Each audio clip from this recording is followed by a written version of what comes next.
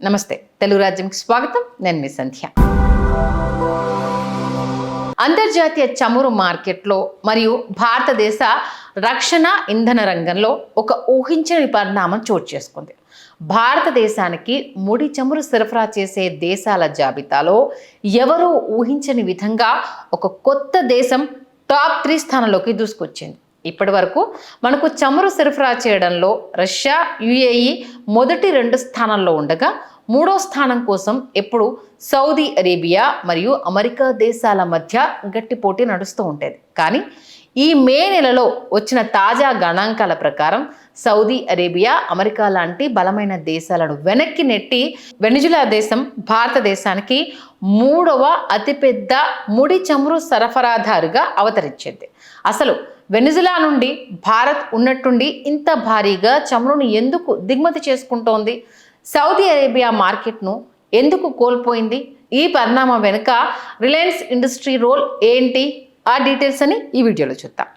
ఇంధన రవాణాను ట్రాక్ చేసే ప్రఖ్యాత సంస్థ కేప్లర్ విడుదల చేసిన నివేదికను మనం గమనిస్తే ఈ మార్పు ఎంత వేగంగా జరిగిందో క్లియర్గా అర్థమవుతుంది. గత 9 నెలలుగా వెనిజులా దేశం నుండి భారతదేశం అస్సలు ఒక బ్యారెల్ చమురును కూడా దిగుమతి చేసుకోలేదు. కానీ సరిగ్గా ఈ మే నెలలోనే వెనిజులా నుండి రోజుకు ఏకంగా 4,17,000 బ్యాలర్ల ముడి చమురు భారత గడ్డకు సరఫరా అయింది. ఇది గత ఏప్రిల్ నెలలో జరిగిన 2,83,000 బ్యారెల్ సరఫరాతో పోలిస్తే చాలా తక్కువ. కేవలం కొన్ని వారాల వ్యవధిలోనే వెనిజులా ఇంత భారీగా చమురును పంపి మన దేశానికి 3వ అతిపెద్ద చమురు సరఫరాదారుగా నిలవడం గ్లోబల్ ఎనర్జీ మార్కెట్ను సైతం ఆశ్చర్యపరిచింది.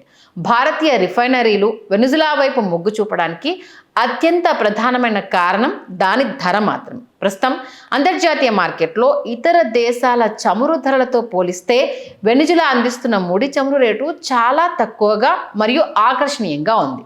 దీనికి తోడు పశ్చిమాసియాలో ఇరాన్ యుద్ధం కారణంగా చమురు రవాణాకు అత్యంత కీలకమైన స్ట్రెయిట్ ఆఫ్ హర్మూజ్ ప్రాంతంలో భారీ ఆటంకాలు ఏర్పడ్డాయి. ఈ యుద్ధం మరియు భౌగోళిక ఉద్రిక్తతల వల్ల మధ్యప్రాచ్య దేశాల నుండి చమురు సరఫరా క్లిష్టంగా మారడంతో భారతీయ కంపెనీలు తమ వ్యాపార ప్రయోజనాల కోసం అత్యంత వేగంగా వెనిజులా వైపు తమ వ్యూహాన్ని మార్చుకున్నాయి. ఈ వెనిజులా ముడి చమురు దిగుమతుల ద్వారా అత్యధికంగా లబ్ధి పొందుతున్నది మరెవరో కాదు, మన భారతీయ ప్రైవేట్ దిగ్గజం రిలయన్స్ ఇండస్ట్రీస్. సాధారణంగా వెనిజులా నుండి వచ్చే ముడి చమురు చాలా భారీగా, జిగటుగా మరియు సల్ఫర్ శాతం ఎక్కువగా ఉంటుంది. దీన్ని శుద్ధి చేయడం సాధారణ రిఫైనరీలకు సాధ్యం కాదు. కానీ గుజరాత్లోని జామ్నగర్లో ఉన్న రిలయన్స్ ఇండస్ట్రీ రిఫైనరీ అత్యాధునికమైన మరియు సంక్లిష్టమైన చమురును కూడా సులువుగా ప్రాసెస్ చేయగలదు. అందుకే రిలయన్స్ లాంటి కంపెనీలు ఈ తక్కువ ధర చమురును కొనుగోలు చేస్తూ తమ మార్జిన్లను పెంచుకుంటున్నాయి. మరోవైపు ఈ యుద్ధ సంక్షోభం రాకముందు భారత్కు చమురు సరఫరాలో టాప్ 3లో ఉన్న సౌదీ అరేబియా ఈసారి తీవ్రంగా వెనుకబడింది.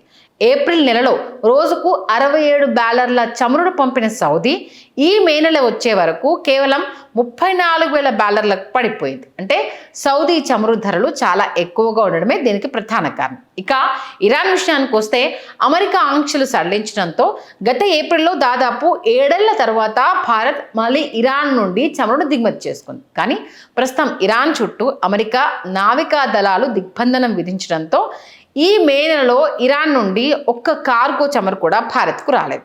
భారతదేశంలో ప్రస్తుతం పెట్రోల్, డీజిల్ ధరలు పెరుగుతూ రూపాయి విలువ క్షీణిస్తున్న తరుణంలో వెనిజులా నుండి వస్తున్న ఈ చవక చమురు మన దేశీయ రిఫైనరీలకు మరియు ఆర్థిక వ్యవస్థకు కొంతవరకు ఉపశమనాన్ని కలిగిస్తుందని నిపుణులు భావిస్తున్నారు.